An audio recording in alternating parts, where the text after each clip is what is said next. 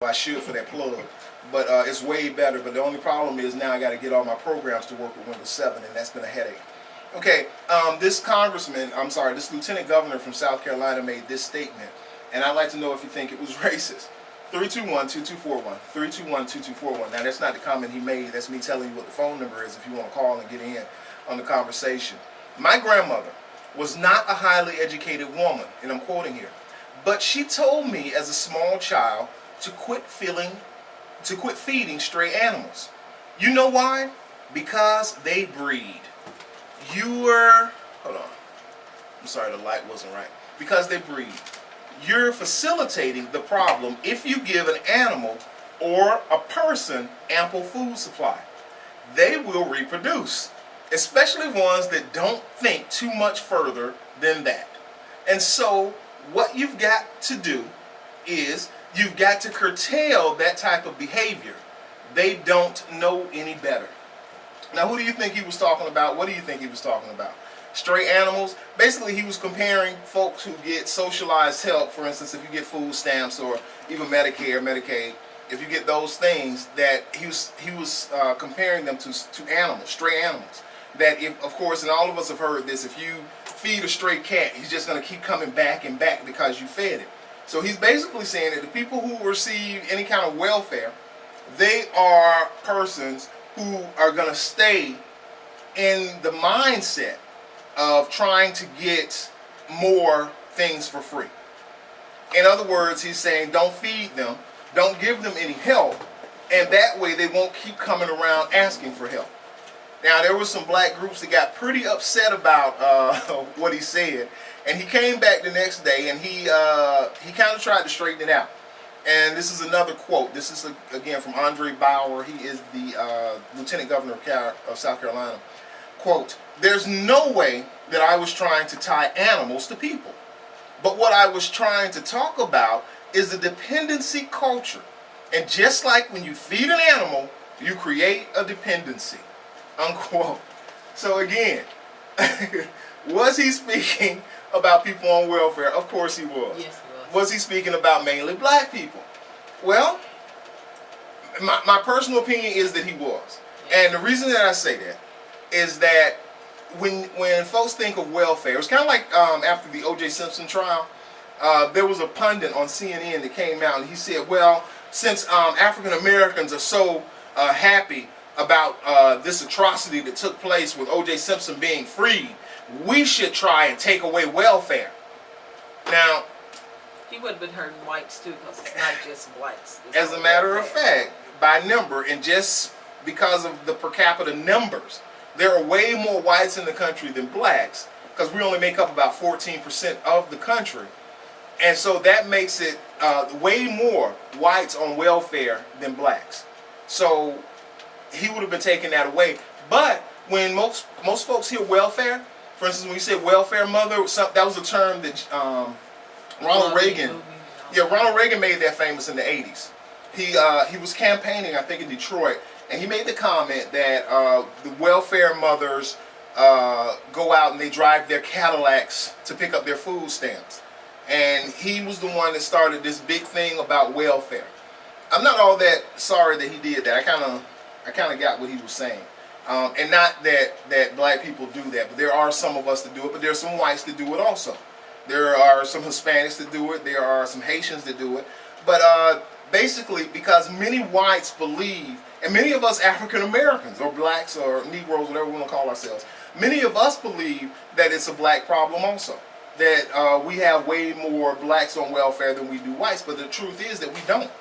The numbers just don't add up, and it would be impossible to have more. The only way we could get as many African Americans on welfare as whites is if about 70% of African Americans were to go on to welfare. And so that would mean that we brought racism back, and nobody wants to go back to that. No, we don't want to do that. Yeah, so that's just not feasible. However, the perception is that blacks don't want to work. There was even a quote on a local talk show the other morning, and I called up and I spoke about that one. This was on Mandy Connell's show. She's on Wink FM and AM now. 92.5 is Fox News. But anyway, she was speaking about Haitians, and she was speaking about Americans. No, it was the day after ML. It was the day of, either the day after or day of MLK, and there was an article in the paper in which Fred Morgan was featured, and he and someone else spoke at a church, and they were talking about the lack of opportunities for African Americans. And Mandy was commenting on it, and what she said I basically agreed with, that we don't have a racism problem as much as we have an opportunity problem now. That we don't have the ability to get economic opportunities because there's not a lot of economic education in our community. And I agree with that, and I'm part of it. I don't know nearly as much as I would like to know about the economy and economics. And most of us don't, about running a small business. I'm constantly sitting back. I don't know if you do this, Miss Fanning, but I'm constantly sitting back and I'm saying, oh, what kind of business could I do that I'd be really good at? Now, there's some things that I do that I'm pretty decent at, and one of them is working with kids. I've been doing that, well, like I said before, since college, so it's been well over 20 years. So I'm pretty good at doing that. But there are other things that I want to do, and I'm constantly trying to figure out what it is that I can do that I'm going to enjoy as much as I enjoy radio, because we have not had the opportunities here for radio. Of course, I've been on the air on other stations, but again, this is the first time I've had the opportunity to do a steady talk show because I was not given those opportunities with those other stations. Now, of course, the talk would be go out and find or start your own radio station, but as we're seeing here, that's hard to do. Exactly. Yeah, that's support. You got to have it.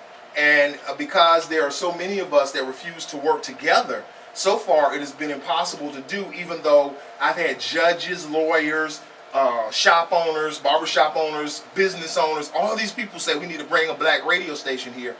None of us want to get together to do that. We all feel, I guess it's a prestige thing. We want to be the first ones to actually bring a licensed radio station to Dunbar. So we don't try and work together to do it because, of course, out of selfishness, we want all the credit. Right, we need to just get out there and help Mm-hmm. and get the radio station going, donations, everything. Yep, give donations wherever you can. Come on and speak.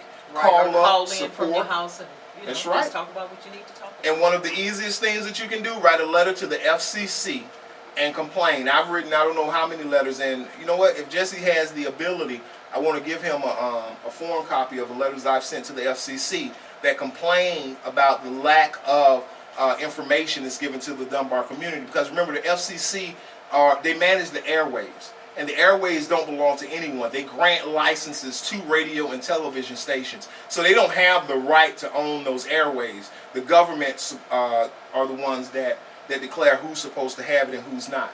And a few years ago, it was going pretty well. We were complaining that there was unfair representation on the air here in Lee County, and they started to change that a little.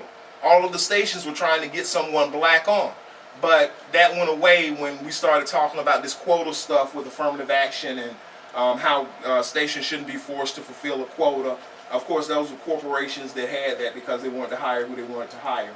But in any case, the FCC are the folks that can change all of that around. However, thus far they've been unwilling to do it, and me writing a letter don't really mean a whole lot. So what we want to do is try and get into doing that. Anyway, I digress. I was speaking with Mandy Connell after this Haitian woman called up and said African Americans don't want anything. That's okay. African Americans don't want anything. That was letting me know that it's time for break. But she made this comment, blanket accusation that African Americans don't want anything, that we just lay back and wait on the government. So I called up Mandy and I complained that she allowed this woman to paint all African Americans with one broad brush. I know too many Haitians that don't want anything. I know too many white people that don't want anything. Do we have those types of people in our community? Of course we do. There are Haitians that are like that. There are whites that are like that. That depend totally on the government. That if they are not getting food stamps, if they're not getting that check from the government, that they're not sure how they're going to make it. So yeah, we have those types of people, but it's not all of us. It's nowhere near all of us. And unfortunately, I think our stigma is that we think that more of us are trying to do that than are. There are way more hardworking people here in Dunbar than not hardworking. So in any case,